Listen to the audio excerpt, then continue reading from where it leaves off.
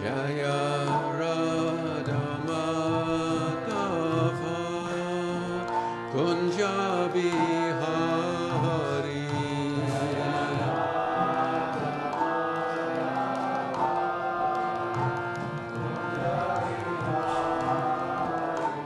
Jaya Gopi Janavallabha Girivaradhari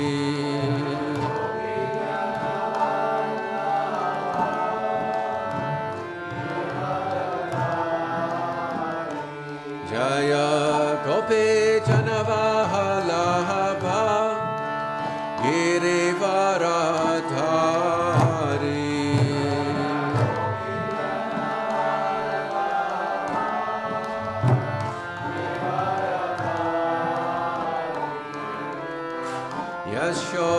Yashodanandana Braja Janaranjana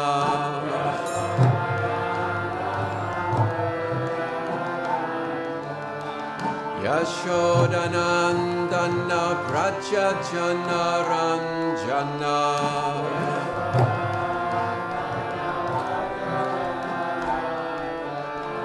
Yamuna Tiravanachari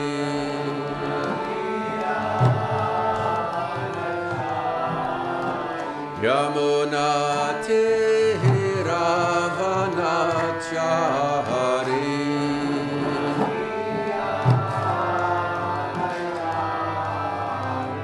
Jaya Radha Madhava Kunja Bihari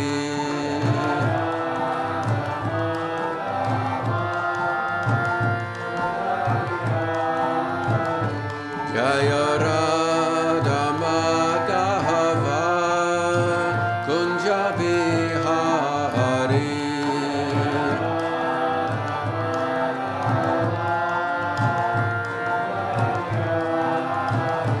Jai Gopi Janavallabha Girivaradhari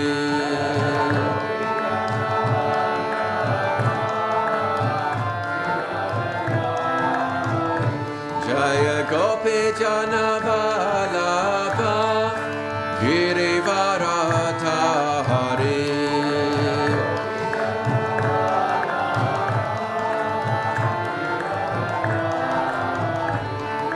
Yashodanandana Braja Janaranjana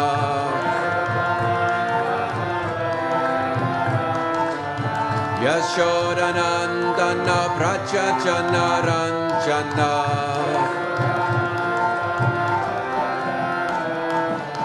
Yamuna Tiravanachari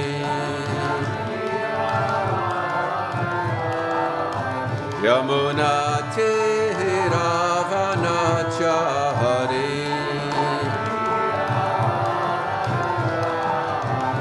Jaya Radha Madhava Kunja Bihari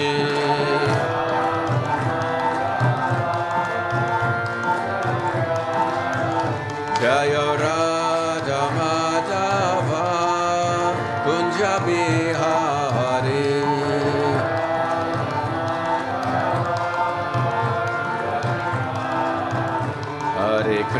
Hare Krishna, Krishna Krishna, Hare Hare, Hare Rama, Rama Rama, Hare Hare.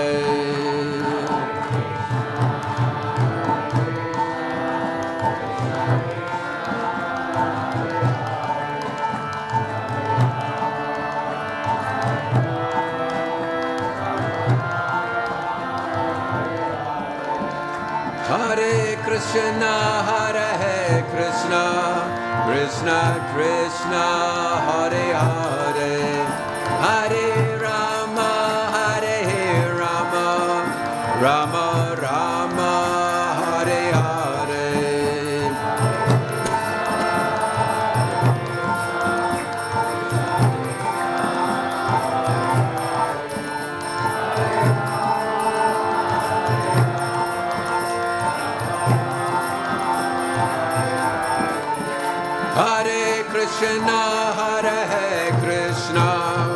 Krishna, Krishna, Hare Hare, Hare Rama, Hare Rama, Rama Rama, Hare Hare.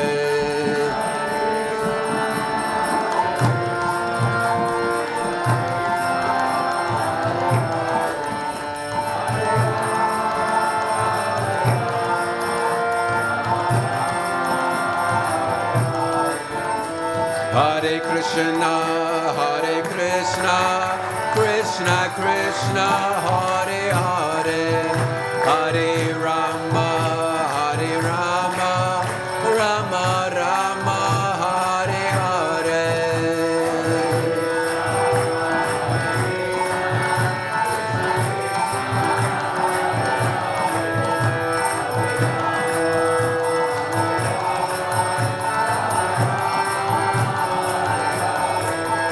Hare Krishna, Krishna Krishna, Hare Hare, Hare Rama, Rama Rama, Hare Hare.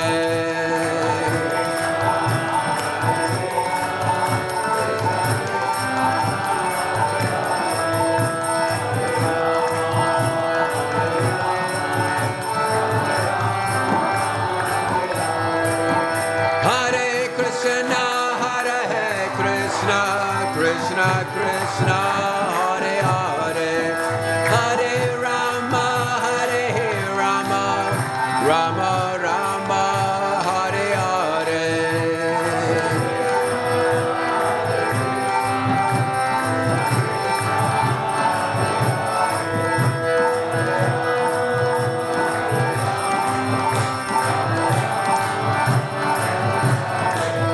Hare Krishna, Krishna Krishna, Hare Hare, Hare Rama, Rama Rama, Hare Hare.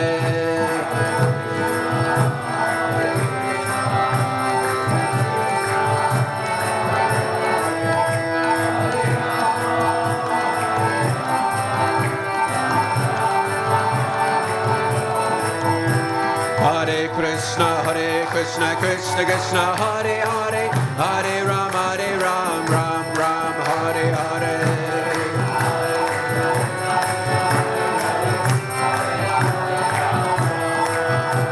Hare Krishna, Krishna Krishna, Hare Hare, Hare Ram, Ram Ram, Hare Hare.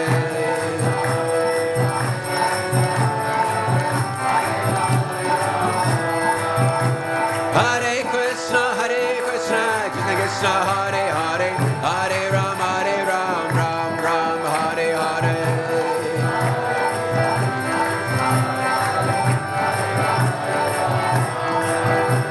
Hare Krishna, Krishna Krishna, Hare Hare, Hare Ram, Ram Ram, Hare Hare.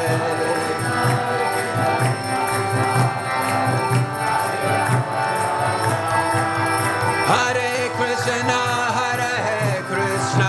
Krishna Krishna, Hare Hare, Hare Rama, Rama Rama, Hare Hare.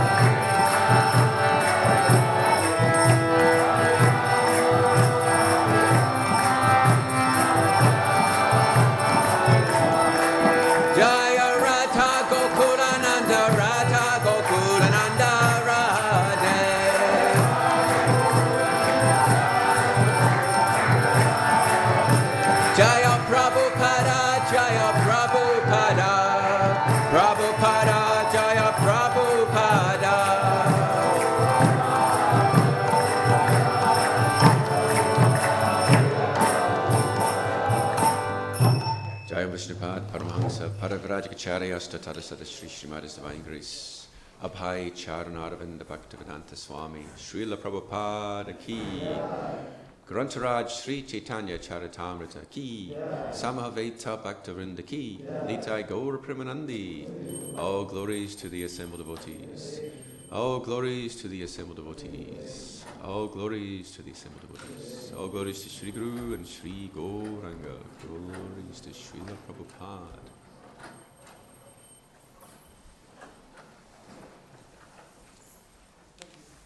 Jaya Jaya Sri Chaitanya, Jaya Nityananda. Jaya Sri Chaitanya, Jaya Nityananda. Jaya Dvaita Chandra Jaya Gaura Bhakta Vrinda. Jaya Jaya Sri Chaitanya, Jaya Nityananda. Jaya Dvaita Chandra Jaya Gaura Bhakta Vrinda. Jaya Jaya Sri Chaitanya, Jaya Nityananda. Jaya Dvaita Chandra Jaya Gaura Bhakta Vrinda. Okay, today we're reading from Sri Chaitanya Charitamrita, Madhya Lila, thank you, chapter 9. We'll do text 359 and 360. Quick question. I've been told to speak loudly so that people online can hear. But if I'm close to the mic, it'll be loud here. So I'm wondering, is the volume for people listening online is probably different from the volume in here, right? It's quite low. So it's low online, but right now it's high here. So but if I bring it closer, it's going to be too loud here. I mean, if you don't mind it being loud here, that's fine. Anyway, I actually got about 2 weeks ago, I got a message on WhatsApp from someone saying, "Why is it too soft listening online?" And I was thinking, I don't know. Maybe ask the people that organise it. But anyway. Some people think that I seem to have the answer to everything, so anyway, I ignored it. Anyway. Right. I'll read 359 myself. Ananta Chaitanya Lila Kohitena Jani Lobila Jakana Tara Kori Tana Tani. The pastimes of Lord Chaitanya are unlimited.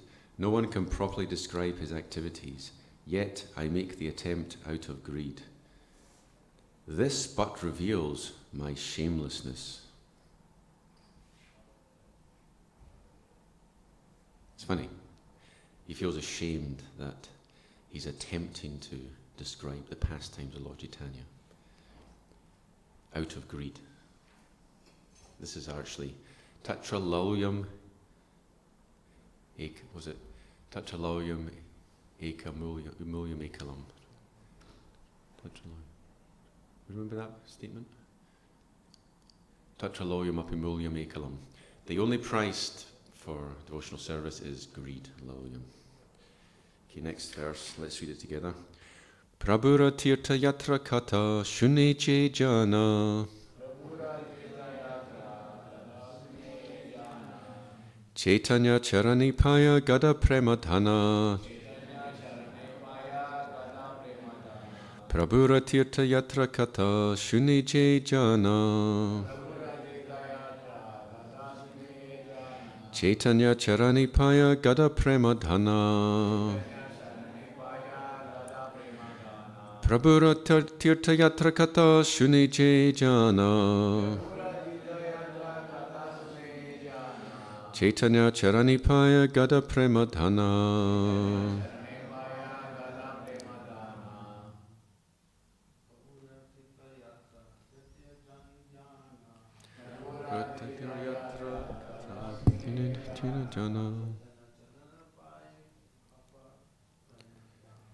Chaitanya Charane Paya Gada Premadhana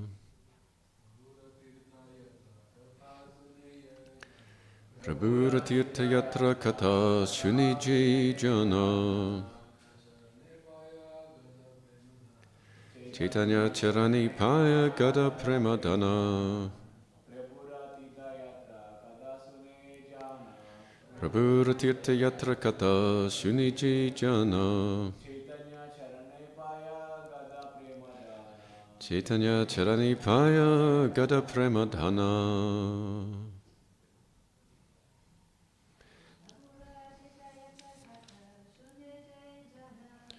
Puratirtha Yatra Kata Shuniji Jana Chaitanya Charanipaya Gada Premadhana Puratirtha Yatra Kata Shuniji Jana Chaitanya Charanipaya Gada Premadhana. Key word for word. Prabhura of Lord Sri Chaitanya Mahaprabhu. Tirtha Yatra, touring of sacred places of pilgrimage. Kata, topics about. Shuni, hears. Jay, who. Janna, person. Chaitanya Charane, at the lotus feet of Sri Chaitanya Mahaprabhu. Paya, gets. Gadha, deep. Premadhana, riches of ecstatic love. Translation and purport by His Divine Grace Srila Prabhupada. Srila Prabhupada ki jai. Whoever hears of Sri Chaitanya Mahaprabhu's pilgrimage to various holy places attains the riches of very deep ecstatic love. Please repeat. Whoever hears of Sri Chaitanya Mahaprabhu's pilgrimage to various holy places attains the riches of very deep ecstatic love. Here's the purport. Srila Bhaktivedanta Saraswati Thakur remarks, the impersonalists imagine some forms of the absolute truth through the direct perception of their senses. The impersonalists worship such imaginary forms, but neither Srimad Bhagavatam nor Sri Chaitanya Mahaprabhu accepts this sense gratificatory worship to be of any spiritual significance. The Mayavadis imagine themselves to be the Supreme. They imagine that the Supreme has no personal form and that all his forms are imaginary, like the will-o'-the-wisp or a flower in the sky. What's the Sanskrit term for that? Anyone know? Flower in the sky. Yeah, Akasha Pushpa, Pushpa Akash. Kaivalyam Narakayati Tridashapur Akasha Pushpayati. Akasha Pushpa. Prabodhananda Saraswati says that Kaivalya, merging into the Supreme, is like hell, and the enjoyment in the heavenly planets is like Akasha Pushpa, flower in the sky. The idea being that flowers don't exist in the sky, it's an imagination. So the enjoyment in the heavenly planets, even though it's millions of times better than what we get here, is Akasha Pushpa, it's a flower in the sky, it's imaginary. That's what's being said there. Next sentence. Both Mayavadis and those who imagine forms of God are misguided.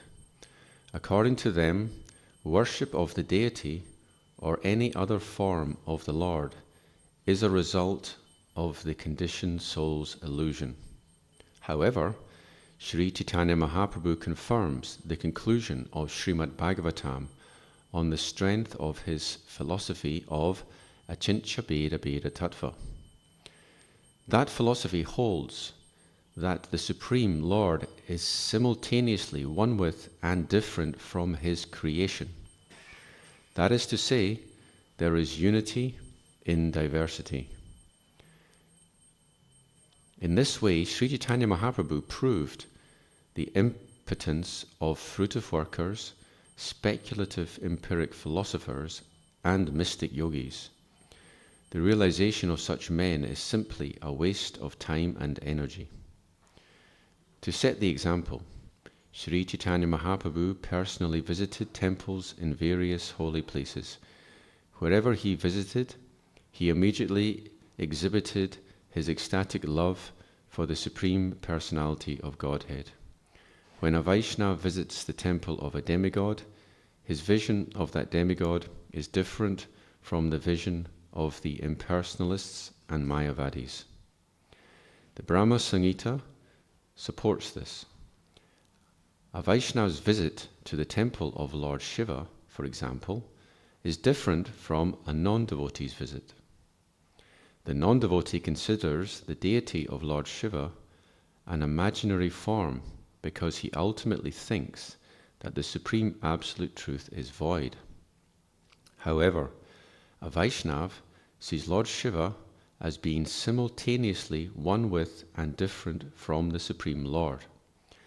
In this regard, the example of milk and yogurt is given. Yogurt is actually nothing but milk, but at the same time, it is not milk. It is simultaneously one with milk, yet different from it. This is the philosophy of Sri Chaitanya Mahaprabhu, and it is confirmed by Lord Krishna in the Bhagavad Gita 9.4. Mayata talmidam sarvam jagadavayak murtina matstane sarabhutane nachaham teshvavastitaha. By me in my unmanifested form, this entire universe is pervaded. All beings are in me, but I am not in them. The absolute truth, God, is everything. But this does not mean that everything is God. I'll just say something here. To say everything is God, that's pantheism.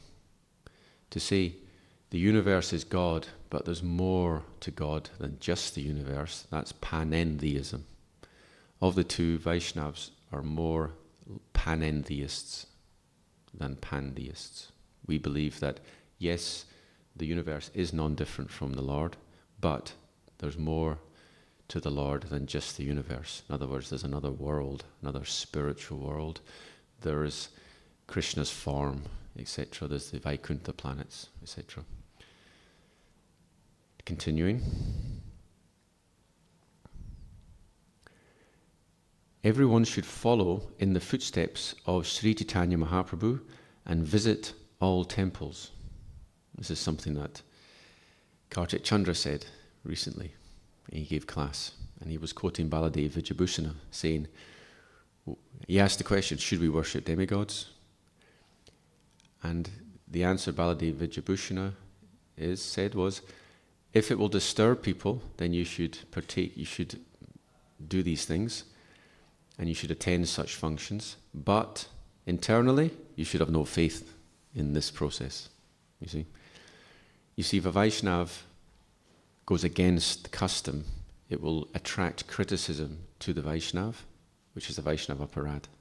So we want to have a nice relationship with people. Therefore, sometimes we may take part in activities which other people think are spiritual, but we know are not properly authorized, but we will not internally be affected by that. That's the idea there. So I'll repeat the last sentence. Everyone should follow in the footsteps of Sri Chaitanya Mahaprabhu and visit all temples. Mahaprabhu visits so many temples. There's over 10 Shiva temples visited in this chapter, if you go through it.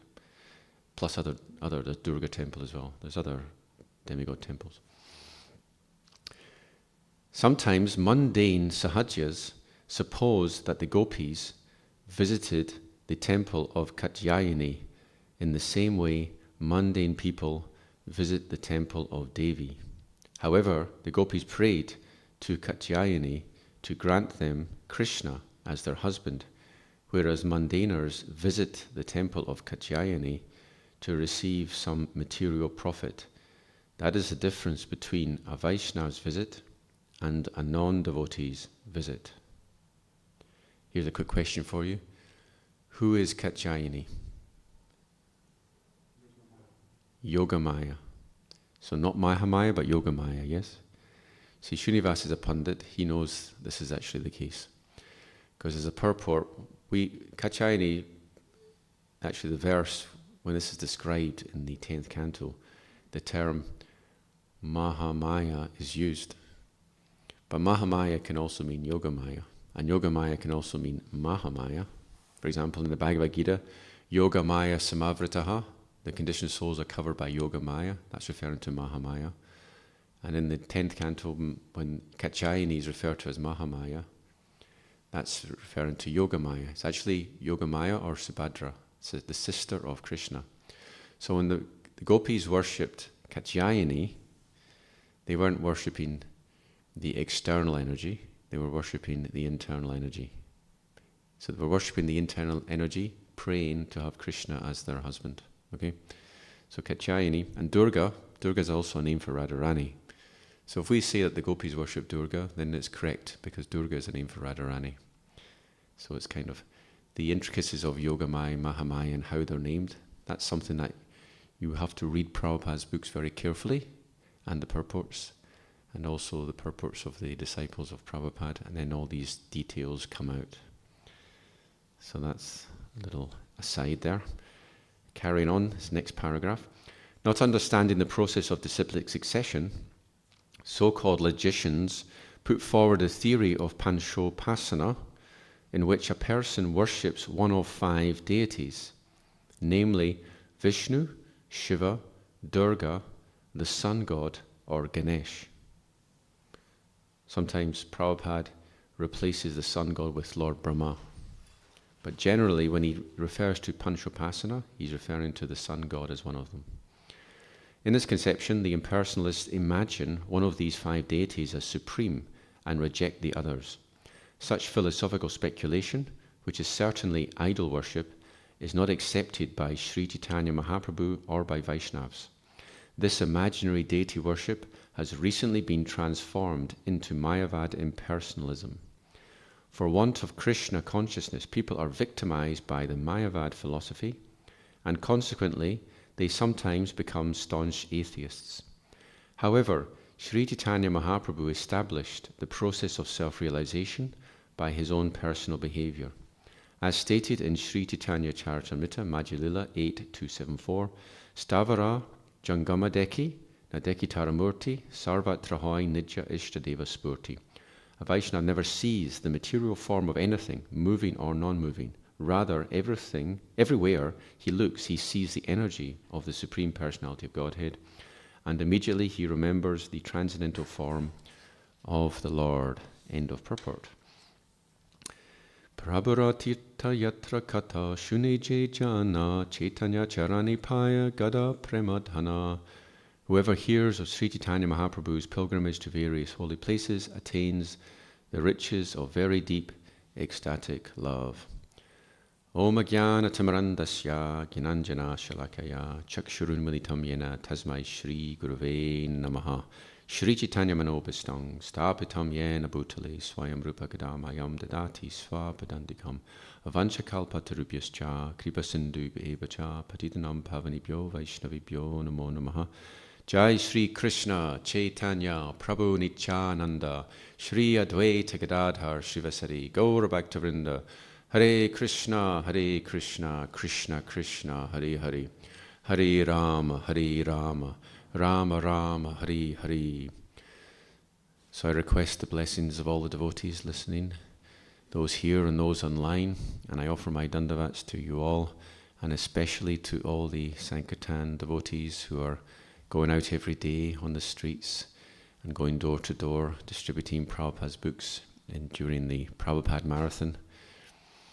It's a funny time of year. The temple becomes a little bit quieter, and then after the marathon, everyone comes back, and then there's all these roaring kirtans. One of my friends said to me, you can tell the difference in the kirtan straight after the Christmas marathon or the Prabhupada marathon, because a certain spiritual merit has been accumulated by all the Sankirtan devotees, and then the kirtan seems to have an extra dimension to it. So this is like the the lull. There's a kind of, things are quiet now. The temple's a little bit less populated, and more devotees are out distributing Prabhupada's books. So my heartfelt thanks to you all.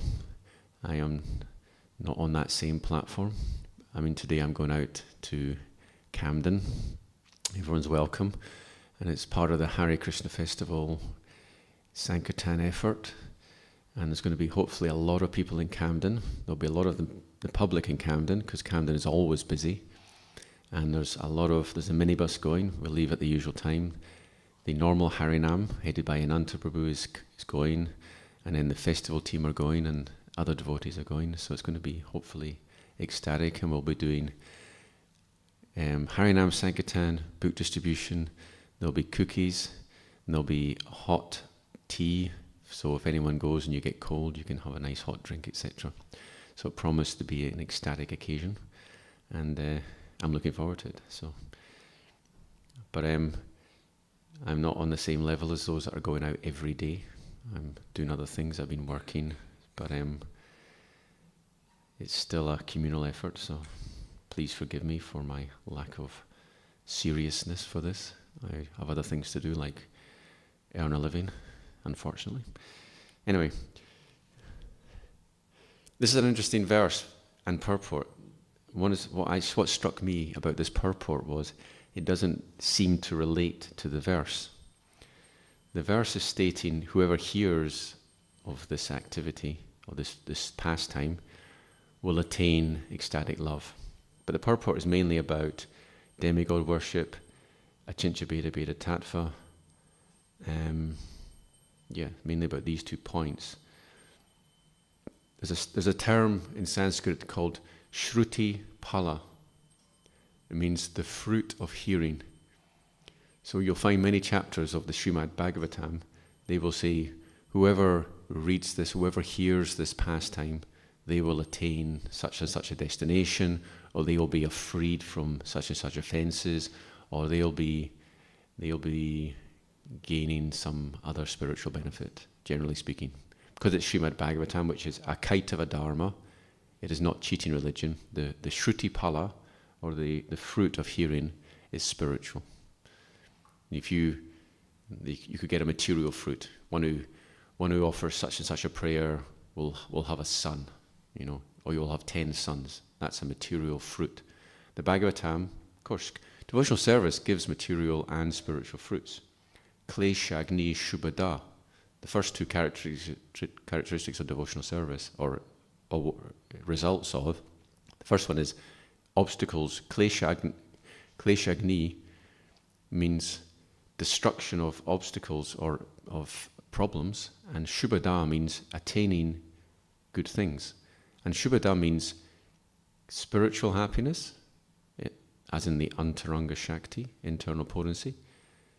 There's even the benefit of Brahmananda, the ecstasy of merging with the Supreme. That is obviously included within the happiness that can be attained from devotional service.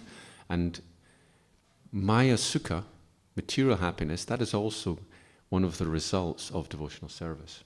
And if you get carried away by that, it's an obstacle, you see. It's better to pray to Krishna only for spiritual happiness and not for material happiness, because you might get carried away by it. It's an intoxicant material happiness, Maya Sukha. But they are all offered. To perform devotional service, you will get all these 3 things. And we get these examples. Have you ever had the example where you've decided, I've given this example before. It's happened quite a few times to me. Someone said to me, look, here's an event, here's a program, or here's a preaching event, here's a Harinam, will you go in the Harinam? And you think to yourself, well, if I go in the Harinam, I'm going to miss Prasadam. And you're like, I don't want to miss Prasadam, but I'm going to go in Harinam. And then you go in Harinam, and then some devotee turns up on Harinam and starts offering Prasadam. So you get your Prasadam and you do the Harinam, you see. But if you doubt Krishna will look after you, then you won't go in the Harinam, and you lose out, you see. Whenever we surrender to Krishna, he will provide so much for us, right? So, like this. So I was explaining how the Shruti Pala, the fruit, is material and spiritual if you read the Srimad Bhagavatam. And so this is a wonderful fruit, Gada Prema. The word Gada means deep. That's how it's translated, word for word, Gada. Gada Prema, Prema means love of God, and Dhana, Dhana means riches. Golokera Prema Dhana, Harinam Sankirtan. Narottam Das Thakur says the Dhana, the wealth of Goloka, is Harinam Sankirtan, and it's coming from Goloka Vrindavan through the Mahamantra, and it can penetrate our hearts. So Goloka, the wealth of love of God, actually descends to this material world. That's the mercy of Krishna. You know, Goloka Vrindavan is that special place where there is love for Krishna, and then that love for Krishna is coming through the Mahamantra, and we can actually attain that as long as we chant the Mahamantra. Hare Krishna, Krishna Krishna, Hare Hare, Hare Rama, Rama Rama, Hare Hare. Indra Prabhu used to comically say, Mahaprabhu's made it very easy. You know, there's no qualification, right? And this Mahamantra is imbued with Braj Prema. And he said he's made it very easy, but there's one thing. You have to actually chant. You can't just say, I've joined the Hare Krishnas, I want love of God, but I'm not going to chant. You see, you have to chant the mantra if you want to get love of God. So we have to do this one thing. It's not difficult. It's only three words. We learn those 3 words and we chant and we listen attentively, and we can get love of Godhead. So that's amazing, because it's only attained once in a Divya Yuga. A Divya Yuga means 1,000 yugas, 1,000 cycles of 4. Shri Shri Radha Gokulananda Ki Jai. If you add up the duration of Kali Yuga, Dvapara Yuga, Treta Yuga, and Satya Yuga, it comes to 4,320,000 years. And if you then multiply that by 1,000, we're up to 4 billion, right? So once in every 4 billion years, Mahaprabhu comes. That's very rare, and it was only 530 years ago approximately. So just think of the good fortune. I mean, probabilistically speaking, you're more likely to win the lottery in the UK. I don't know what they call the lottery, the Euro lottery, 200 million jackpot. Buy a ticket and tonight the draw will be held. Something like that, right? You're more likely to be born, you're less likely to be born in this time, just after Lord Chaitanya Mahaprabhu's advent, than you are to win the lottery tonight. Okay, that's the probability. So we're very, very fortunate that we can get entrance into Goloka Vrindavan, that special realm of Krishna's. Because on other yugas, you can get to Vaikuntha through chanting, but not to Goloka Vrindavan. Because in other yugas, Lord Chaitanya is not coming as Swayam Bhagavan, he's coming as an avatar of Vishnu. He has a similar form, but he's not actually Swayam Bhagavan. He's dancing, he's teaching the process of chanting Hare Krishna, but he's not the original. Na Chaitanyad Krishnaj Jagati Paratatvam Paramiha. Therefore, the beginning of Sri Chaitanya Charitamrita begins by stating there is no higher truth than Lord Chaitanya, who is Krishna. Na Chaitanyad Krishnaj Jagati Paratatvam Param Iha. It's a very important statement.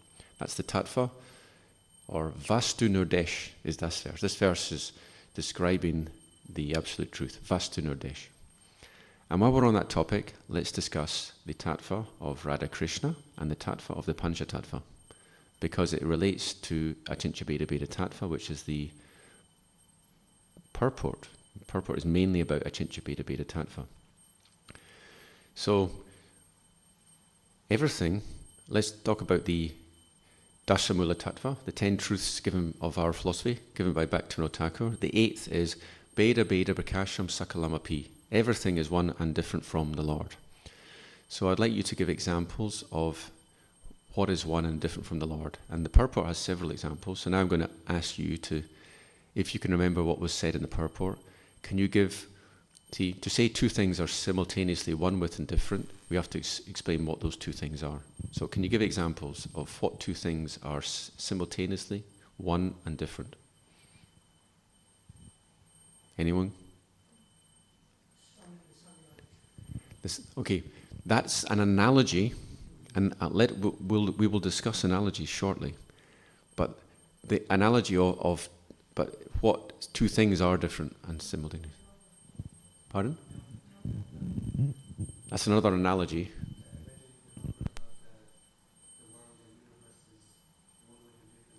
Thank you.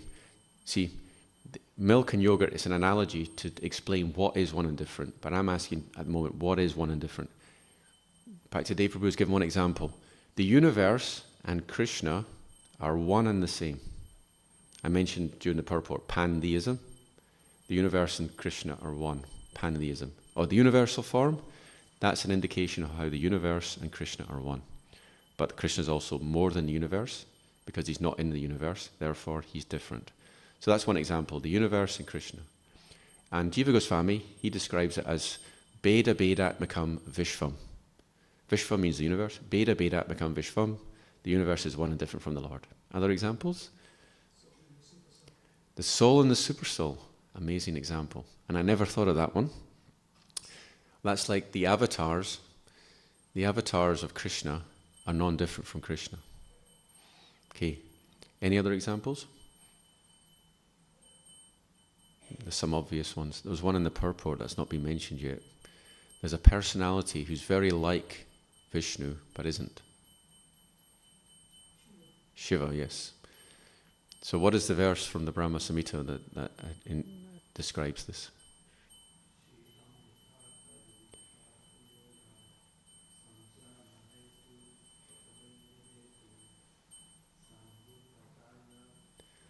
Yasambhutam apitata samupaita karyad govindam adipurusham tamaham bhajami.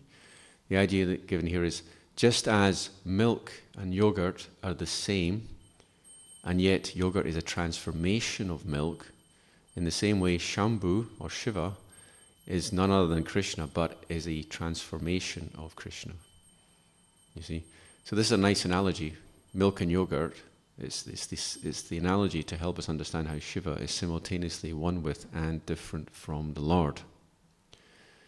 And I'm going to say something controversial now. I was actually discussing with several Prabhupada disciples that we're finding in our society, Shiva Kirtan is sometimes being performed, but it's actually not, strictly speaking, supposed to be done. And there's a purport where Prabhupada says, actually Shiva Kirtan is not authorized according to scripture. Krishna is Shravanam Kirtanam Vishnu. It's Vishnu. Shravanam Kirtanam Vishnu. Kirtan of Vishnu is our process. If you want to please Shiva, then best to chant Hare Krishna Mahamantra. That's a good way to please Lord Shiva. Anyway, carrying on. There's another example of two categories that are one with and different from the Lord. It's a very obvious one. It's the Jiva and Krishna. So who knows that verse? There's a verse in Chaitanya Charitamrita which explains how the Jiva is simultaneously one with and different from the Lord. Jivera Swarupa Hoy, Krishnera Nityadas. Krishnera Tatashta Shakti, Beda Prakash. Suryang Shakirana Jaichi, Agni Jwala Chai, Swabhabika Krishna Tina Prakara Shakti Hoy. It's two verses. So this is saying that the Jiva is internally the servant of Krishna. Krishnera Nityadas. This is our constitutional position. Krishnera Tatashta Shakti, it is the marginal potency of Krishna, and it is Beda Prakash, a manifestation that is simultaneously one with and different from Krishna. And then we go to the analogy, Suryangsha, which means our sun ray, Suryangsha Kirana, a sun ray, and the sun, they are one and different. Our Agni Jvala chaya, that Agni and Jvala, heat and light, or heat and fire, they are one with and different from the Lord. So there's two analogies. The sun ray is non-different from the sun, but different. Heat is non-different from fire, but different. Or we could say light is different from the fire, but non-different from the fire. The fire and the fire's light. You see? Svabhavika Krishna Tina Prakara Shakti Hoy. Krishna's energy has three categories. Been referred to as internal, external, and marginal potencies. So that's Chinchabeda Beda Tattva in relation to Jiva and Krishna. So let's just recap. The universe is one and different from the Lord. Lord Shiva is one and different from the Lord. The Jivas are one and different from the Lord. The Supersoul is one and different from the Lord. There are so many other examples. The holy name is one and different from the Lord. Now, in ISKCON, we tend to say that the holy name is non-different from the Lord, and we emphasize that. But it's also different, because Jiva Goswami gives the example that if the Lord is like the sun, if the Lord's form is like the sun, then the holy name is like the surface of the sun. And the avatars and the eternal confidence of the Lord, they're like the surface of the sun. And the jivas, they're like the rays of the sun. And the universe, the material world, is like a reflection of the sun. So you see the oneness is there in all these examples, but you're moving away from the sun, like that. So these are all examples. So let's go to analogies. So Paramakrishna Prabhu gave an analogy. So what are the analogies that to try and describe Beda Beda Prakash, or the Beda Beda Tattva, Chinchabeda Beda Tattva? And before I ask you to give me some analogies, there's two types of Nyaya referred to by Bhaktivinoda Thakur. One is Sakha Chandra Nyaya, that's known as branch moon logic. The idea being, how do we describe something very, very far away?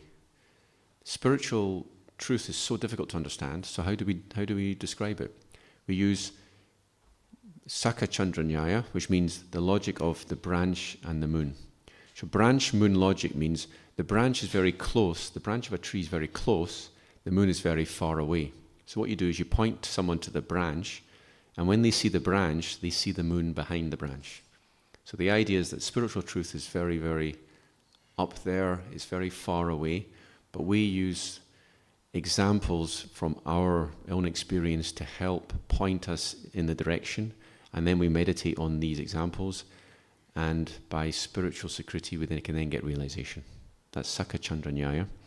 And it's also known as Arundhati Darshan Nyaya, which is another example.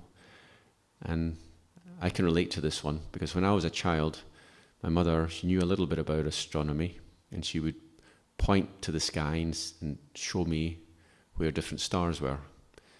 And the way she would do it, she would say, first of all, look at this thing, and I would find it. Then you'd see, now close to that, just above that, you would see this star. And I say, oh yes, I see the star. She showed it to me. So she taught me Orion's belt and things like that. And the idea here is there is a star called the Arundhati, and it's very, very, very, very faint. So if I said to you, it's in the sky, you're not going to find it, because you don't know where to look in the sky.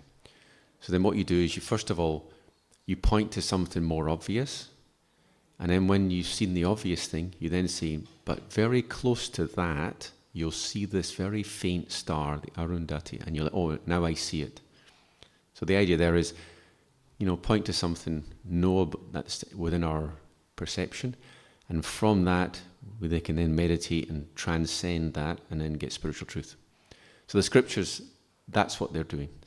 Because someone may ask the question, how can words describe the Supreme? The Supreme is beyond words. There's actually a term for the Supreme to mean that he's beyond words, adhoxaja. Because A is the first letter of the alphabet, and Sha is the last letter of the Sanskrit alphabet. So Aksha Ja means everything that can be described by words. Ja means born of. And Krishna is beyond everything that can be described by words, therefore he's known as adhoxaja. You see? So, how do we describe Achintya Beda Beda Tattva? Because the very term Achintya means it's inconceivable. And Rupa Goswami, he's got a definition of achintya. Achintya ye kalabhava, na cha tarkina prakriti. Prakriti bhyah param yatcha tadachinchan shalakshanam. Na tongues tarkina yoja yet, yes. So the achintya means that which cannot be understood through logic. Tarka means logic. So achintya means that topic which cannot be understood through logic. But prakriti bhyah param, it is beyond the material. So the idea is the material world is the world of duality. Therefore, when we use logic, we're using duality. This is true, false, and we start saying this is therefore that. Logic is based on binary, So I studied mathematics at university. So when I was studying logic, it was all ones and zeros. Anyone who's done any course in logic will know logic gates, they have ones and zeros. And you can make very, very complicated sentences that are too difficult to grasp the logic, but you can use symbols of ones and zeros and then formulas, and you can understand the meaning of sentences if you want to go down that path. You use double negatives and if and nots and buts and all this stuff, and, or, etc. This is all prakriti, meaning material world of duality. But the spiritual world is simultaneously oneness and different, and therefore there's oneness. There's oneness and there's also difference. Therefore, our logic doesn't often work. It doesn't quite get us there. So we use Arundhati Darshan Nyaya or Sakha Chandra Nyaya to explain the achintya aspect. So let's give us some examples. What examples can we give of things that are one and different? Now we've given a couple of examples. One example is the sun ray is one and different from the sun. We have yogurt is one and different from milk. Any other examples?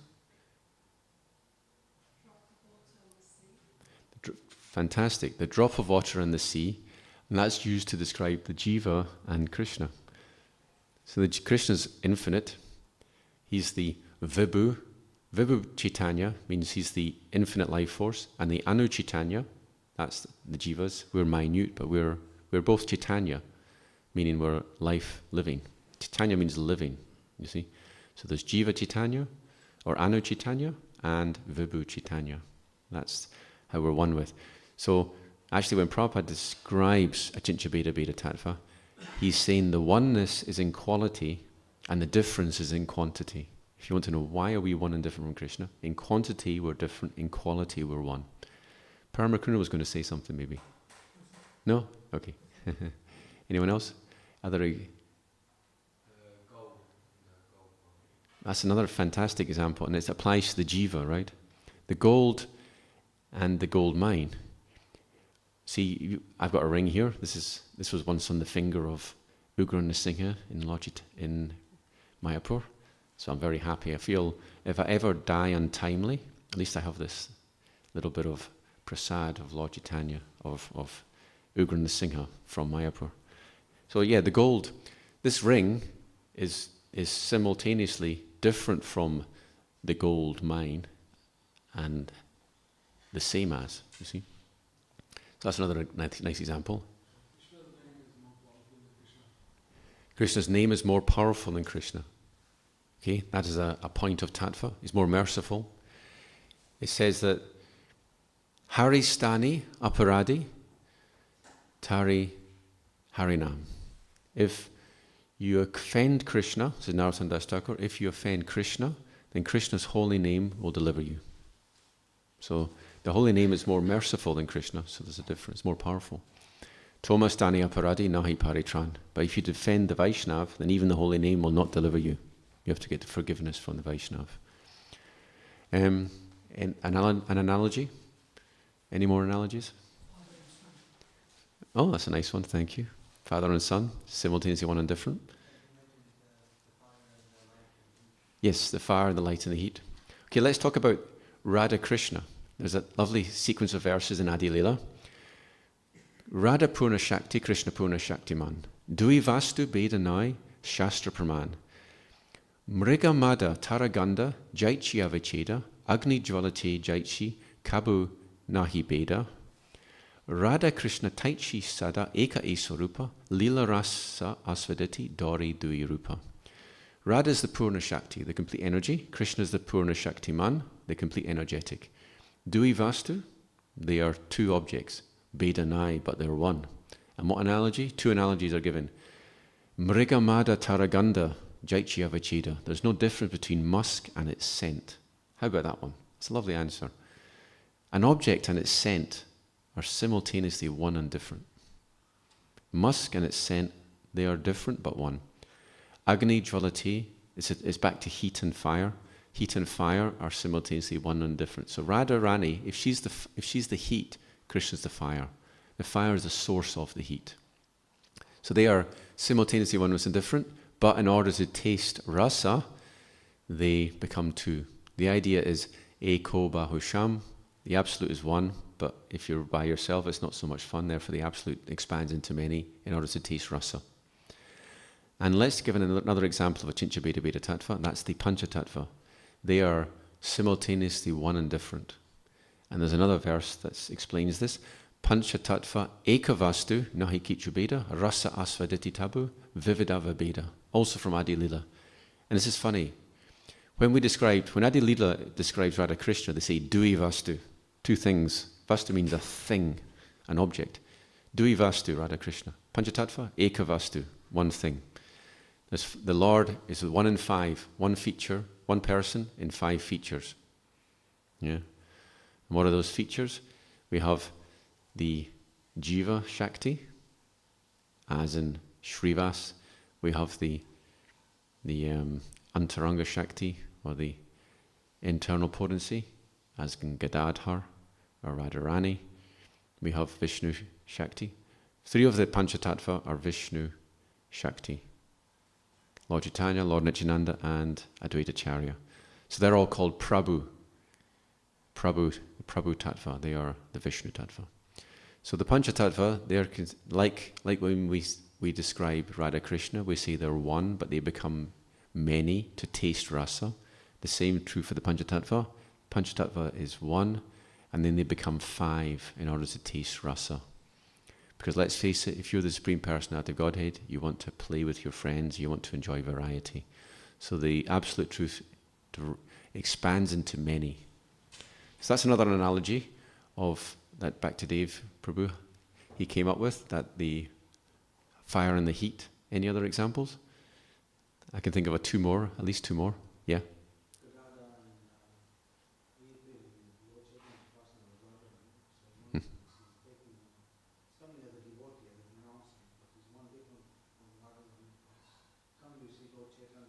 Mm-hmm.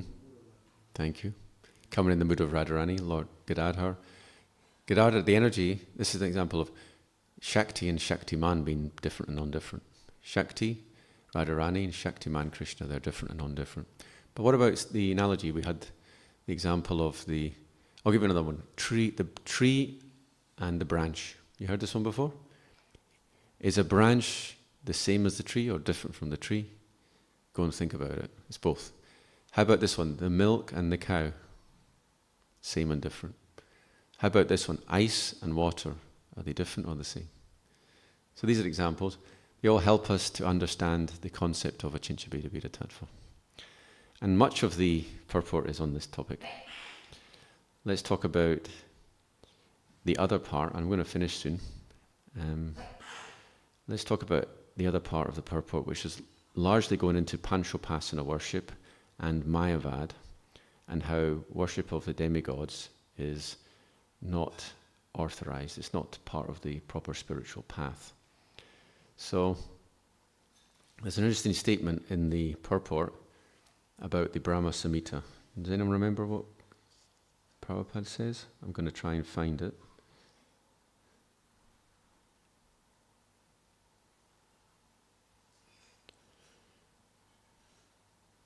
I can't get it. Somewhere there. Can anyone find it if you're online?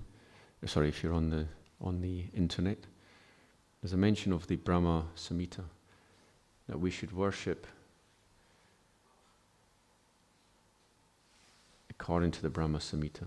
Oh yeah, I found it here. The Brahma Samhita, okay, here, I'll read the sentence beforehand.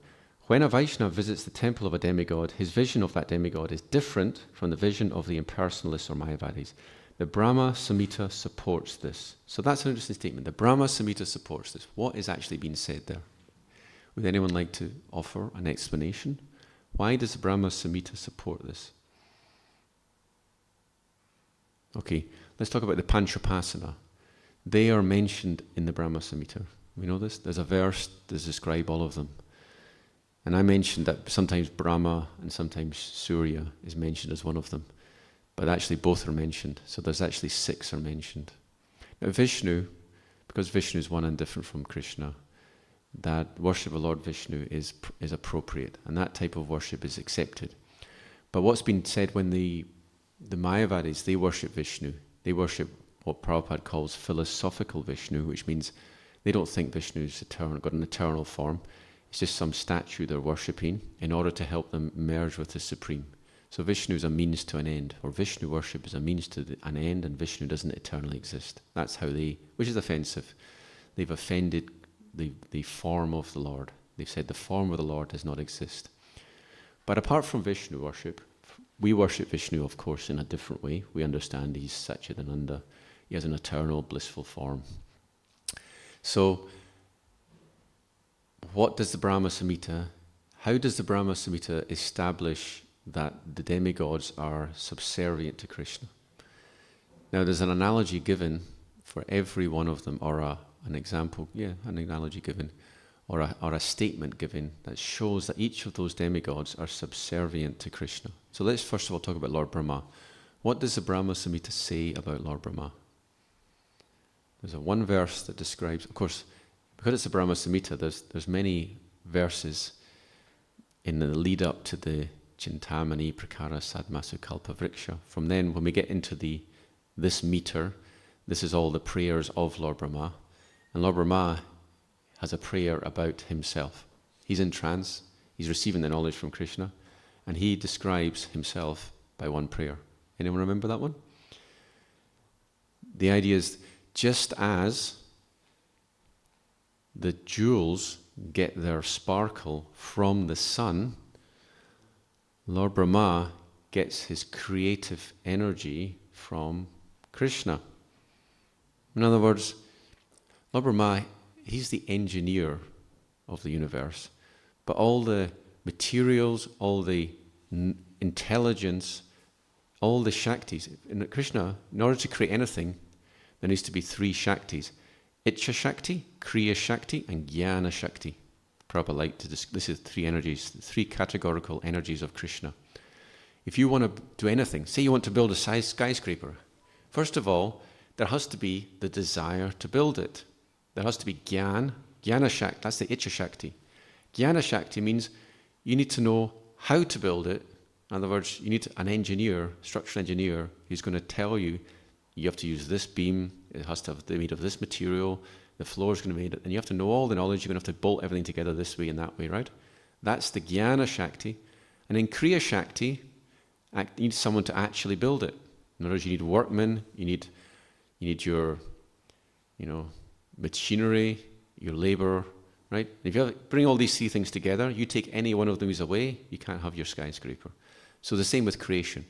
Krishna provides all these things. It's ultimately Krishna's desire.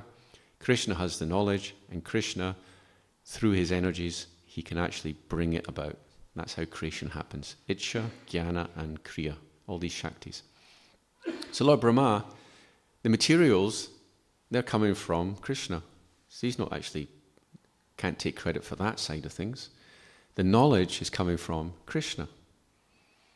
And the desire, well, he's a how should we say, he's a secondary, he desires, he has the creative desire, but it's Krishna's desire originally. Krishna desires to create the universe, and Lord Brahma, because he wants to be the creator, he then facilitates Krishna's desire. So all of it's coming from Krishna. So if you went to a Brahma temple, and there's practically none, right? Because Brahma was cursed, right? Not to have a temple. Practically no temples. Where is the temple? Is it in Pushkar? Okay, the Pushkar. You want to go to a Brahma temple, go to Pushkar. He's like, there's almost no Brahma temples. Anyway, so he's subservient. So that's the Brahma Samhita conception of Lord Brahma.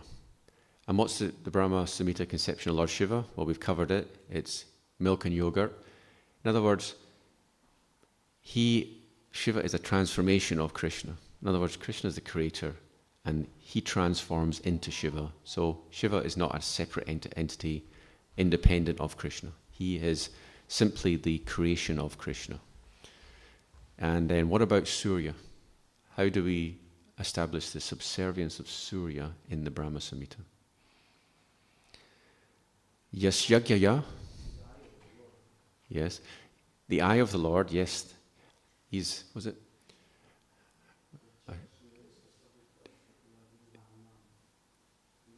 Yeah. Yasyagyaya Brahmati Sambrita Kala Chakro. He goes round on his chariot, Yasya Agya, on the order of Krishna. In other words, he's doing it as a servant of Krishna. Therefore, he's subservient. You see. What about Durga? How is she subservient? What analogy? Yes, analogy is given. Chayeva Yasya Bhuvanani Bibarta Durga. She creates like the shadow. Chaya Eva means no separate existence. The shadow follows the object.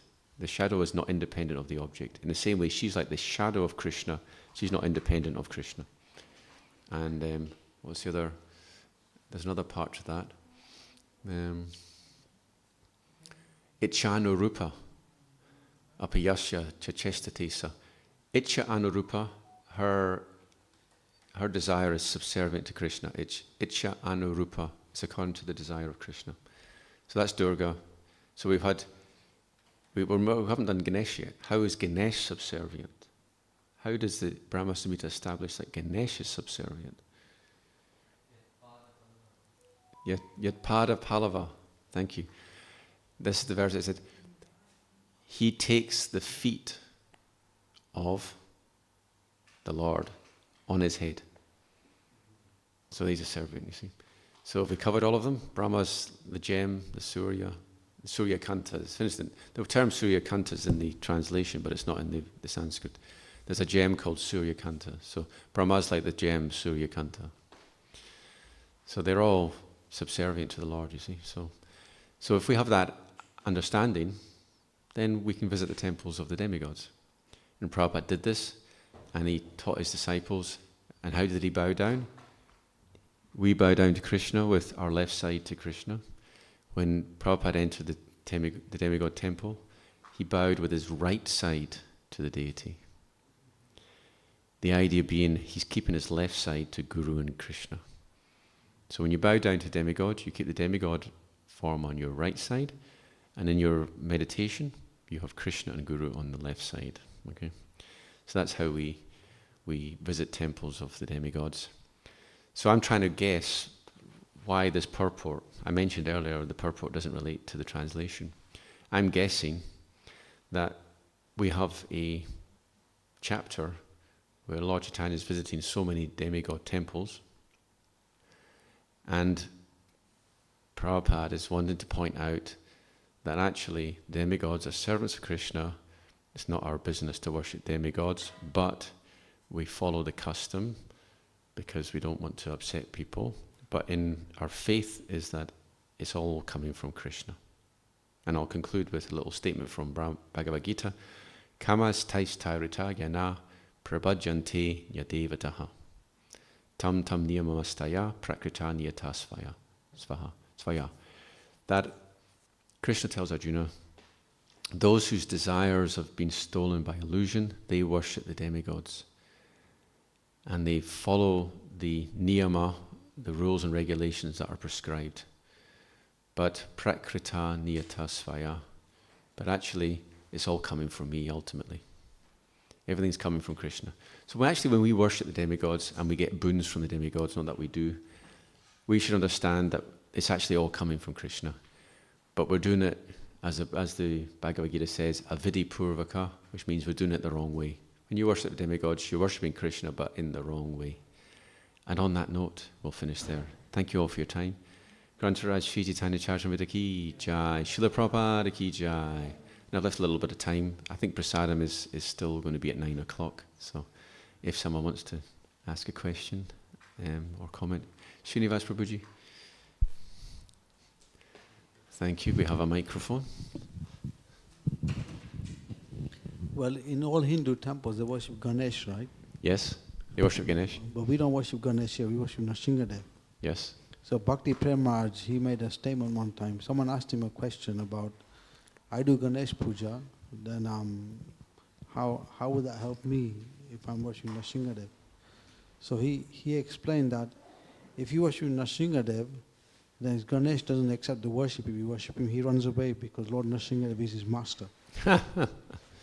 Hare Krishna. It's interesting, for removing obstacles, there's actually a statement in the Nectar of Devotion about worshipping Ganesh to remove obstacles. So it's like, what's going on there? And I asked this to Jayapataka Maharaj, and he explained that the Nectar of Devotion, or the Bhakti-rasa Sindhu, it's a collection of statements from various scriptures. So worshipping Ganesh, if you worship it the right way, there's nothing wrong with worshipping Ganesh. There's also, see, for removing obstacles, I'll give you three deities. Kartikeya, I think is one of them. That's mentioned in the Pancharatrika Vidi. But then the Ganesh is another example. But then for the Vaishnavas, we tend to worship Lord Nrsimhadev. Therefore, he's known as Bhakti Vigna Nash. He destroys obstacles. So you can worship Lord Nrsimhadev. As Vaishnavas, we are primarily worshipping Lord Nrsimhadev to remove obstacles. Hare Krishna. Anyone else in the comments? Paramakruna Prabhuji.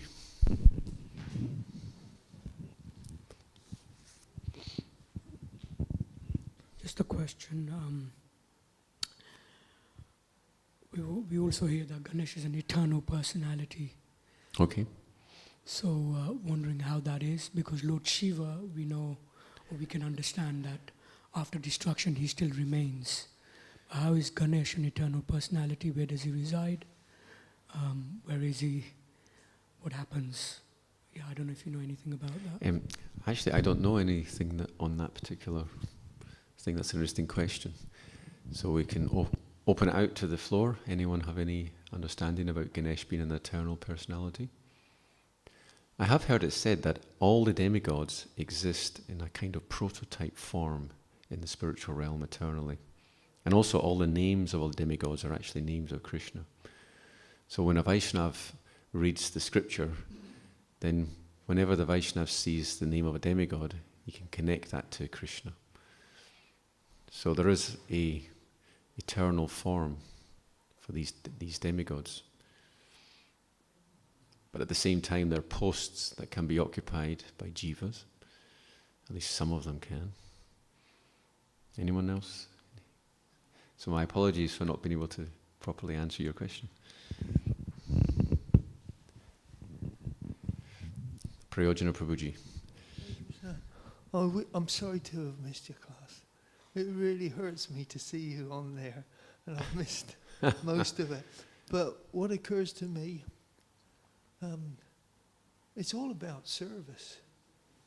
Demigods, they serve Krishna. They're like administration. They just do not only what he desires, but what we desire. They're serving us as well as Krishna. So they're all very special. And if they see themselves that way,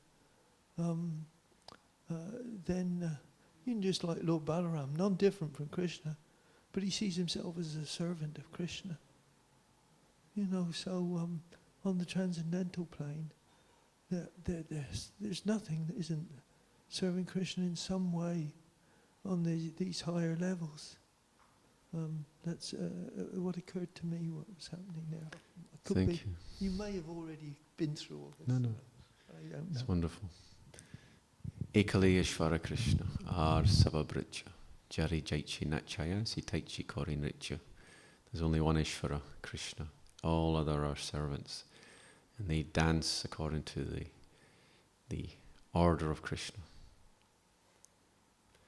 Hare Krishna. That's a nice point to end, because that's the essence of our philosophy. Krishna's tu Bhagavan Swayam. Krishna's everything.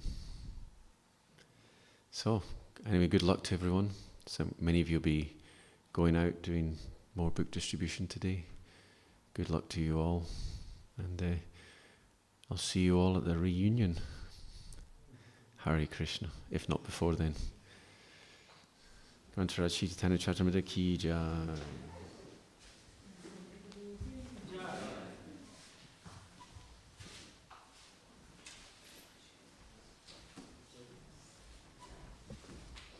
Does anyone want the garland? You can give it. If someone takes the garland, they can give it to some conditioned soul.